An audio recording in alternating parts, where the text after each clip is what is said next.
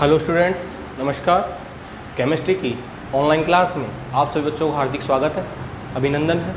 मैं उम्मीद करता हूँ आप घर पे सुरक्षित होंगे और सेफ़ होंगे और इस जो लॉकडाउन का टाइम है उसको आप तरीके से यूटिलाइज भी कर रहे हैं। देखो, बिना बात किए अपने केमिस्ट्री के लेक्चर को आगे बढ़ाते हैं। बातें कर ली जाएगी जब आपके साथ ऑफलाइन क्लास होगी, ठीक है। तो अभी तो थोड़ा सा हम अपने सब्जेक्ट की तरफ मूव करते हैं और अपनी जो सब्जेक्ट की जो गति है उसको थोड़ा आगे बढ़ाते हैं। अब स्पीड भी थोड़ी कम कर दी जाएगी और आपको समझाने के लिए लेवल भी कुछ बढ़ा दिया जाएगा, क्योंकि हमको ये जो चैप्टर है, first chapter some basic concept of chemistry, वो तरीके से सीखना है, क्योंकि इसी चैप्टर का आगे जाके बहुत ज़्यादा उपयोग होने वाला है। बात समझ में आ रही है आपको? और मैंने आपसे कहा था जिस बंदे को ये चैप्टर पूरा समझ में आ गया उसको बेसिक केमिस्ट्री के जो टूल्स हैं, जो टेक्निक्स हैं, जो तरीके हैं वो समझ में आ जाएंगे और उसको आगे जाके जो केमिस्ट्री के चैप्टर हैं उनमें जाके कोई प्रॉब्लम होने वाली नहीं है। बात समझ में आ रही? तो बिना बात किए हम अपने चैप्टर को आगे बढ़ाते हैं। पहली बात तो हमने ये कही थी कि विज्ञान की रसायन विज्ञान की परिभाषा क्या है। मैंने कहा था विज्ञान की वह शाखा जिसके अंतर्गत हम पदार्थ के गुण, उसकी संरचना, उसके संगठन और उसके उपयोग का अध्ययन करते हैं, तो उस विज्ञान को बोला था हमने रसायन विज्ञान। फिर हमने ये कहा था कि पदार्थ क्या है, कि व्हाट इज मैटर, कि मैटर है क्या। फिर मैंने कहा था कि ब्रह्मांड का वह भाग जो स्थान को घेरता है और जिसका कोई ना कोई मास होगा, यानी उसमें कोई ना कोई वजन होगा, उस भाग को बोला था हमने मैटर। फिर हमने कहा था कि जो अपने पास जो यूनिवर्स है, यानी अपने पास जो ब्रह्मांड है, वो दो ही चीज़ों से मिलकर बना है, एक तो मैटर से और एक एनर्जी से। यानी मैटर ही एक एनर्जी को दूसरी एनर्जी में रूपांतरित करता है और इसी को बोलते हैं हम ऊष्मागतिकी, जो आपके 11th के अंदर चैप्टर भी है और हमको पढ़ना भी है। उसका नाम था अपने पास थर्मोडायनेमिक्स। पढ़नी हमको आप जब आगे पढ़ाएंगे तो पूरी चर्चा कर ली जाएगी, वो कोई समस्या का विषय नहीं है अभी। फिर हम ये कह रहे थे कि जो अपने पास जो मैटर है उसका वर्गीकरण किस प्रकार किया जाता है। तो मैंने आपसे ये बात की थी कि आप जब भी किसी का वर्गीकरण करते हो तो आपके पास कोई ना कोई सा आधार होना अनिवार्य है। बिना किसी आधार के आप किसी का भी वर्गीकरण नहीं कर सकते। अगर मान लो आप किसी भी चीज़ का वर्गीकरण कर रहे हो तो आपके पास कोई ना कोई सा बेस होगा, यानी बिना आधार के आप वर्गीकरण करना उचित नहीं होता या समझ में नहीं आएगा। तो हमने जो हमारे पास मैटर था उसका वर्गीकरण दो आधारों पर किया था, एक तो भौतिक आधार पर और एक रासायनिक आधार पर। फिर मैंने आपसे ये कहा था कि भौतिक का मतलब क्या होता है और रासायनिक का मतलब क्या होता है। मैंने कहा था कि भौतिक गुण क्या होते हैं, कि ऐसे गुण जिनको आप टच कर सकते हो, जिनको आप स्मेल कर सकते हो और जिनको आप चख सकते हो या मैं कहूँगा टेस्ट कर सकते हो, उन गुणों को बोला था हमने भौतिक गुण। फिर हमने ये कहा था कि रासायनिक गुण क्या होते हैं, जिनका ओनली फॉर ओनली अनुमान लगाया जा सकता है कि शायद ये अभिक्रिया संपन्न हो रही है और इसमें यह उत्पाद बन रहा है, उन गुणों को बोला था हमने रासायनिक गुण। फिर हमने भौतिक गुणों के आधार पर हमने द्रव्य को बांटा 3 भागों में, ठोस अवस्था, द्रव अवस्था और गैस अवस्था। 2 अवस्थाएं और होती है, उनकी चर्चा मैं आज कर लूँगा। इसके अलावा हमने रासायनिक वर्गीकरण 2 भागों में बांटा, एक तो शुद्ध जिसको बोलते हैं प्योर, और ये पढ़ाया था आपको मिक्सचर, उसको बोलते हैं हिंदी में मिश्रण। फिर शुद्ध को भी हमने 2 भागों में बांटा, एक तो एलिमेंट जिसको बोलते हैं हिंदी में तत्व और दूसरा होता है कंपाउंड जिनको हिंदी में बोलते हैं यौगिक। फिर हमने मिक्सचर को भी 2 भागों में बांटा, एक तो होमोजीनस मिक्सचर उसको बोलते हैं समांगी मिश्रण, और एक पढ़ाया था आपको हेट्रोजीनस मिक्सचर, उसको बोलते हैं हम विषमांगी मिश्रण। एक मिश्रण और होता है उसको सस्पेंशन बोलते हैं, पढ़ाऊंगा उसको विलगित विलयन बोलते हैं, और एक और होता है कोलाइडी विलयन, वो चर्चा कर ली जाएगी जब पढ़ाया जाएगा, वो कोई समस्या का विषय होना नहीं चाहिए और ना होने दूंगा मैं। समझ में आ रही बात? आज जो हम बात करने वाले हैं वो बात करेंगे भौतिक वर्गीकरण। किसी बात करेंगे कि जो अपने पास मैटर है, हिंदी में लिख देता हूँ, द्रव्य का भौतिक वर्गीकरण, ये बात करने वाले हैं हम।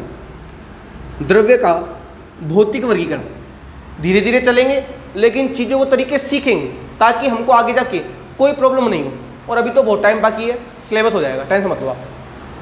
भौतिक वर्गीकरण के आधार पर आपने द्रव्य को 3 भागों में बांटा था, एक तो सॉलिड, एक लिक्विड और एक पास गैस। एक मिनट, सॉलिड, लिक्विड और गैस 3 भागों में बांटा था। किसके आधार पर? भौतिक वर्गीकरण के आधार पर।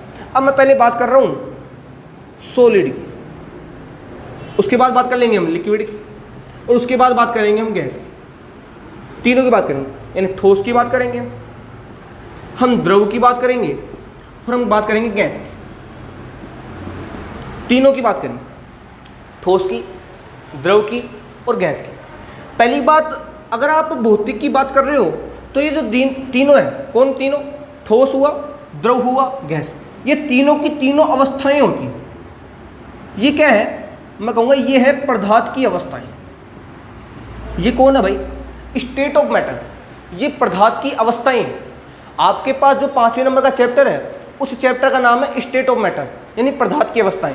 और पदार्थ की 3 अवस्था होती है बेसिक, सामान्य रूप से होती तो 5 है, लेकिन सामान्यतः 3 होती है। एक तो ठोस, एक द्रव और एक गैस। और ये किसका वर्गीकरण है? द्रव्य का भौतिक वर्गीकरण है। यानी मैं कहूँगा द्रव्य की भौतिक अवस्थाएं हैं कौन कौन सी? ठोस अवस्था, द्रव अवस्था और गैस अवस्था, जिनको आप देख सकते हो, स्मेल कर सकते हो और टेस्ट कर सकते हो। समझते हो आप इस चीज़ को? तो एक तो अपने पास होती है ठोस अवस्था, एक अपने पास होती है द्रव अवस्था और एक अपने पास होती है गैस अवस्था।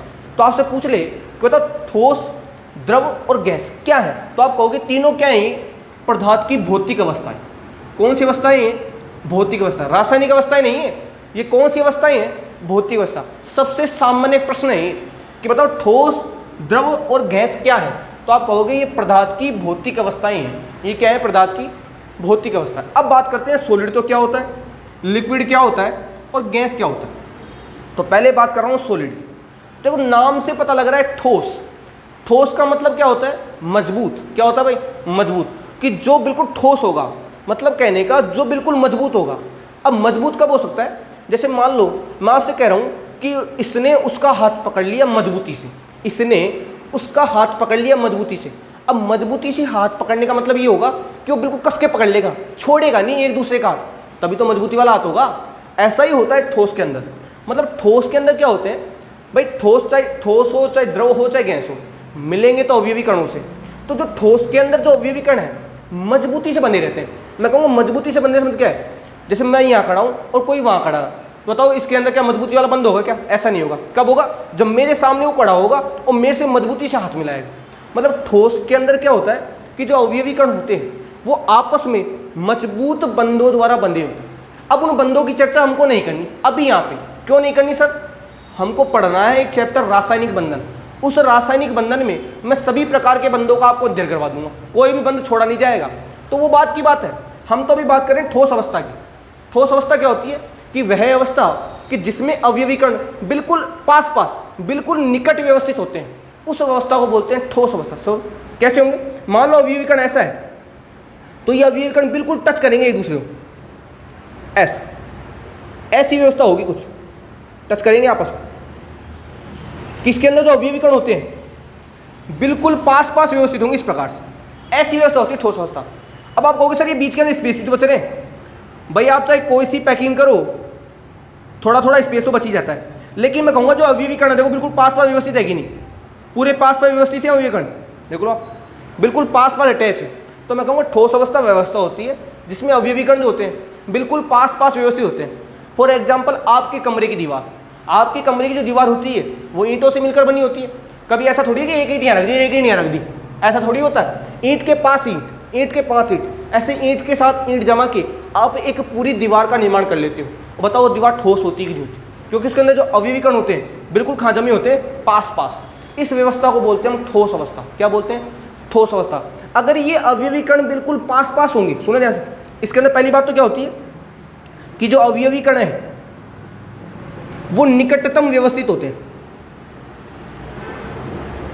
निकटतम व्यवस्थित का मतलब जान के बिल्कुल पास पास होंगे, उनके अंदर किसी प्रकार का कोई अंतराल पाया नहीं जाएगा। दूसरी विशेष बात, अगर ये बिल्कुल निकटतम व्यवस्थित है तो इनका जो आकार है और इनका जो आयतन है वो दोनों क्या होंगे? निश्चित होंगे, फिक्स होंगे, आकार और आयतन।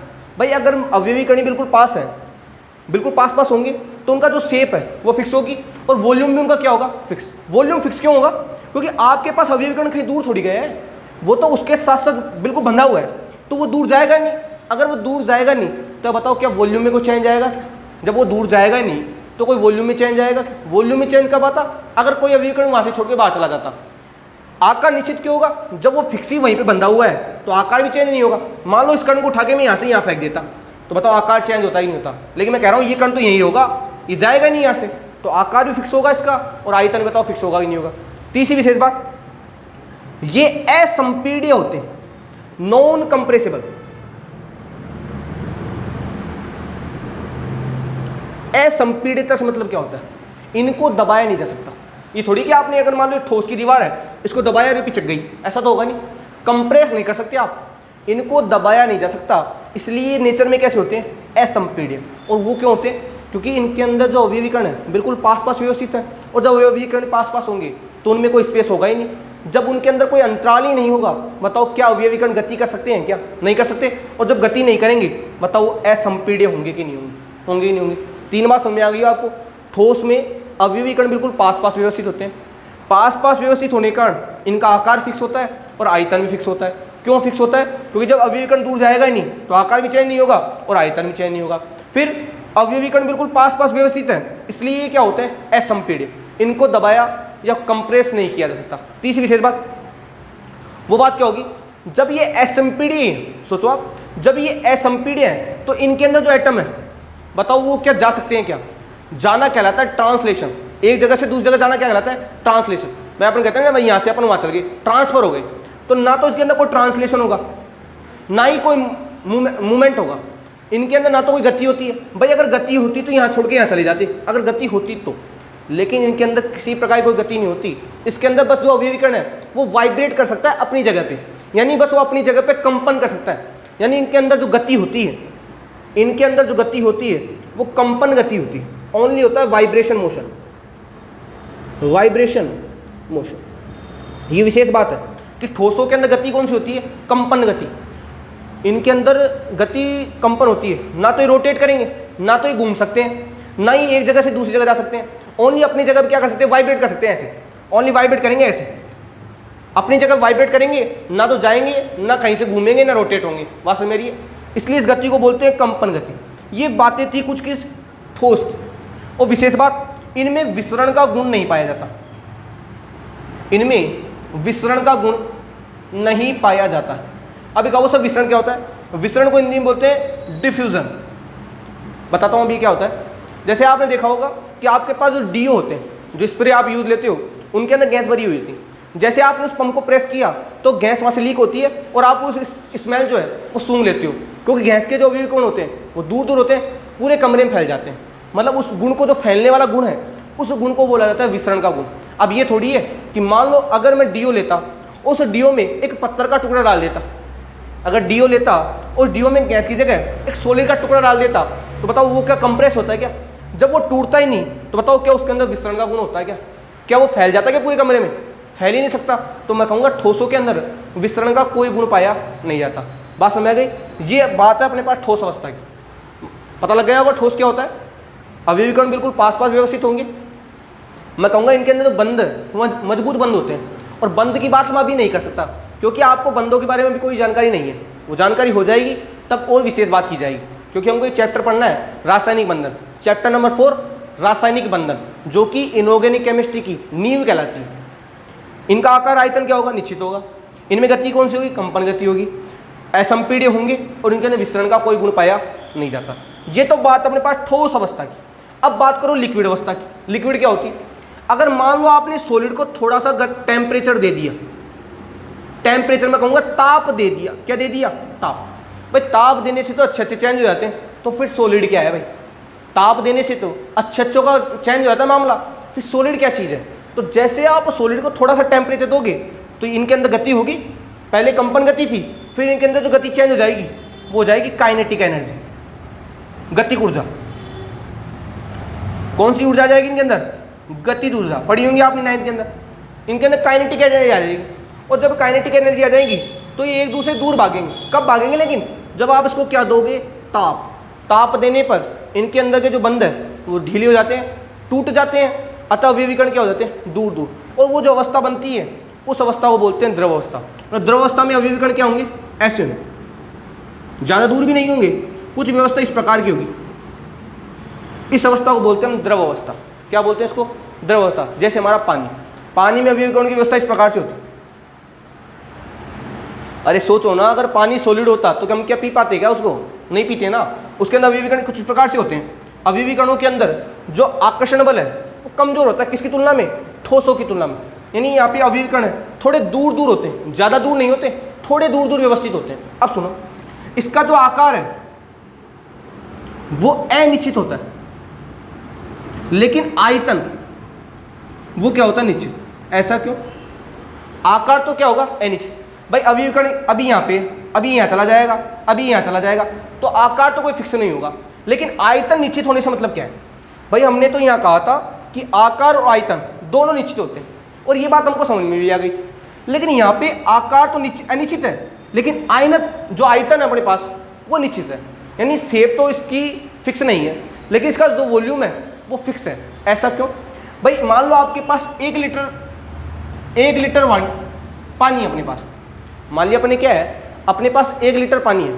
अब उस 1 लीटर पानी, ये जो 1 लीटर है वो क्या है, उसका आयतन। भाई आयतन तो लीटर होता है, आयतन का मात्रक लीटर होता है, ml होता है, जो भी। अगर आपके पास 1 लीटर पानी है तो 1 लीटर क्या हो गया, उसका आयतन, और ये वाटर क्या हो गया, लिक्विड। अब आप इस 1 लीटर पानी को या तो कोई भगोनी में डाल लो, या कोई आप बोतल में डाल लो, या कोई आप परात में डाल लो, आपकी इच्छा है।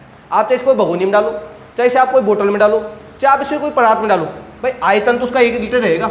ये थोड़ी है कि भगोनी में डालने से वो 2 लीटर हो गया, ये थोड़ी कि बोतल में डालने से वो कोई 5 लीटर हो गया, कि आपके पास 5 लीटर की बोतल थी, आपने उसके अंदर 1 लीटर पानी डाला और वो 5 लीटर हो गया।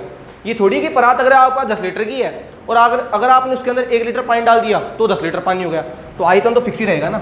लेकिन सोचो, आपके वाटर ने शेप चेंज कर ली। अगर आपने भगोनी में डाला है उसे, तो भगोनी की आकृति का हो जाएगा। अगर आपने उसे बोतल में डाला है तो बोतल की आकृति का हो जाएगा। अगर आपने उसे परात के अंदर डाला है तो परात की आकृति का हो जाएगा। यानी जिस भी कंपोनेंट में आप डालते हो वह उसकी आकृति क्या कर लेता है, ग्रहण कर लेता है, लेकिन उसका आयतन चेंज नहीं होता। अगर 1 लीटर है तो 1 लीटर ही होगा, चाहे आप उसे किसी में भी डालो। फर्क इतना होगा, बोतल में डालोगे तो बोतल की शेप ले लेगा, गिलास में डालोगे तो गिलास की शेप ले लेगा, डिब्बे में डालोगे तो डिब्बे की शेप ले लेगा। आयतन तो निश्चित होगा, लेकिन आकार क्या होगा, अनिश्चित। और अवयवी कण क्या होंगे, दूर दूर। इन दूर दूर होने की वजह से इसका आकार क्या है, अनिश्चित, लेकिन आयतन क्या है इसका, निश्चित। दूसरी बात, ये अपने पास असंपीड्य होते हैं, तो इनके अंदर क्या होता है, ये संपीड्य होते हैं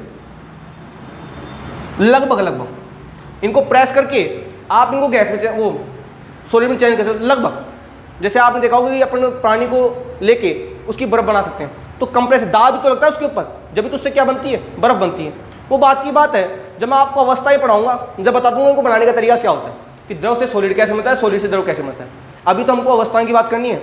द्रव क्या होगा, आकार तो अनिश्चित होगा, लेकिन आयतन अपने पास निश्चित होगा, संपीड्य कम होते हैं। विशेष बात, इनके अंदर कौन सी गति होती है, इनके अंदर क्या होती है, रोटेशनल मोशन, घूर्णन गति। ये घूम सकते हैं, इधर जाएगा, इधर जाएगा, इधर जाएगा, इधर जाएगा, अपनी इच्छा से किधर भी घूम सकते हैं। इनके अंदर जो गति होती है वो रोटेशनल होती है, घूम सकते हैं अपनी इच्छा से। इनके अंदर तो वाइब्रेशन होता है, इनके अंदर रोटेशन नहीं होता। इनके अंदर क्या होगा, रोटेशन, घूम जाएंगे और घूम जाएंगे, तो इधर भी चला जाएगा, इधर भी चला जाएगा, इधर भी चला जाएगा। लेकिन ये ऐसा नहीं होता, इसलिए इसका जो अपने पास मोशन है, वाइब्रेशन होता है, और यहाँ पे कौन सी गति होती है अपने पास, रोटेशन। और इनके अंदर क्या है, विसरण का गुण इनमें भी नहीं पाया जाता, विसरण का गुण नहीं पाया जाता, इसमें भी विसरण का गुण नहीं पाया जाता। विसरण तो इनमें भी कम होगा, बिल्कुल न बराबर पाया नहीं जाता है भाई द्रव के अंदर विसरण का गुण। बात मेरी आपको, तो ये द्रव थी अपने पास और ये सॉलिड। अब बात करते हैं हम लास्ट, गैस क्या होती है। सब जानते हो गैस के बारे में, इसके अंदर जो अवयवी कण होते हैं बिल्कुल दूर दूर होंगे, इधर कोई मतलब ही नहीं है किसी को इधर से, ये इधर जाएगा, इधर अपनी इच्छा से किधर भी, यानी अवयवी कण बिल्कुल दूर दूर फैले होंगे, कोई फिक्स ही नहीं है। इसलिए ना तो इनका आकार कोई फिक्स होता है और ना ही इनका कोई आयतन फिक्स होता है। ये दोनों ही क्या होते हैं, एंच। सुनो बात ध्यान से, ना तो इनका कोई आकार फिक्स होता है और ना ही इनका कोई आयतन फिक्स होता है। भाई अवयवी कणी जब इतनी दूर दूर है तो ना तो इनका आकार फिक्स होगा और ना ही कोई आयतन। और कहा जाता है कि गैसों का कोई आयतन होता ही नहीं, गैस तो कंटेनर का आयतन रखती है। कंटेनर यानी पात्र का आयतन, जिस पात्र में डाल दोगे उसी पात्र का आयतन ले लेंगे। जैसे आपने सिलेंडर लिया और सिलेंडर में आपने गैस डाल दी, आपने सिलेंडर लिया और सिलेंडर में अगर आपने गैस डाल ली तो गैस का आयतन नहीं है, उस सिलेंडर का आयतन है। तो मैं कहूँगा गैसों का खुद का कोई आयतन नहीं होता, ये तो ओनली सिलेंडर का आयतन ले लेती है। किसका आयतन ले लेती है, सिलेंडर, मतलब मैं कहूँगा कंटेनर का आयतन ले लेती है। जिस पात्र में डालोगे उसका आयतन लेगी, खुद का कोई आयतन नहीं होगा। लेकिन ये बात आदर्श गैसों के लिए सत्य है। जब मैं पढ़ाऊंगा आपको गैसीय अवस्था, वहाँ पे चर्चा कर लेंगे हम इसकी कि इनका आयतन क्यों नहीं होता, पता लग जाएगा। तो इनका खुद का कोई आयतन नहीं होता, ये कंटेनर का आयतन लेती है। इनको आप कंप्रेस कर सकते हो, कंप्रेस यानी इनको दबा सकते हो, दबाते हो ना आप, जो आपके डीओ लगते हैं उनमें प्रेस ही तो करते हो। प्रेस किया और वहाँ पे जो गैस के पार्टिकल है वो बाहर बाहर निकल जाते हैं और आपको स्मेल आती है अच्छी वाली। इसके अलावा इनमें विसरण का गुण पाया जाता है, फैल जाती है। जैसे आपने देखा होगा कि घरों में जैसे अपने पास सिलेंडर लीक होता है तो उसकी स्मेल हमको आ जाती है कि शायद यहाँ से इसमें मतलब सिलेंडर लीक हुआ है, तो उसके अंदर फैलने का गुण होता ही नहीं होता, पूरे कमरे में फैल जाती है थोड़ी देर में, इधर भी चली जाएगी इधर भी चली जाएगी। तो गैसों के अंदर विसरण का गुण पाया जाता है। तो ये अवस्था होती है भौतिक अवस्था। पदार्थ की भौतिक अवस्था कितनी होती है? 3, ठोस, द्रव और गैस। और इनकी चर्चा मैंने आपके सामने कर ली है। शायद करता हूँ उम्मीद कि शायद इनमें आपको कोई डाउट नहीं होगा।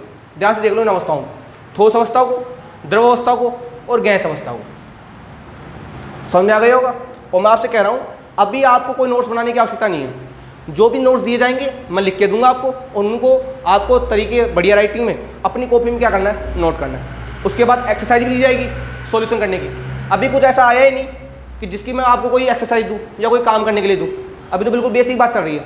जब क्वेश्चन वाले क्वेश्चन आएंगे तो मैं आपको उनको सेंड कर दूंगा और उनके आपको आंसर मेरे को सेंड करने पड़ेंगे, ठीक है। जब तक के लिए धन्यवाद। अब बात करेंगे नेक्स्ट लेक्चर में।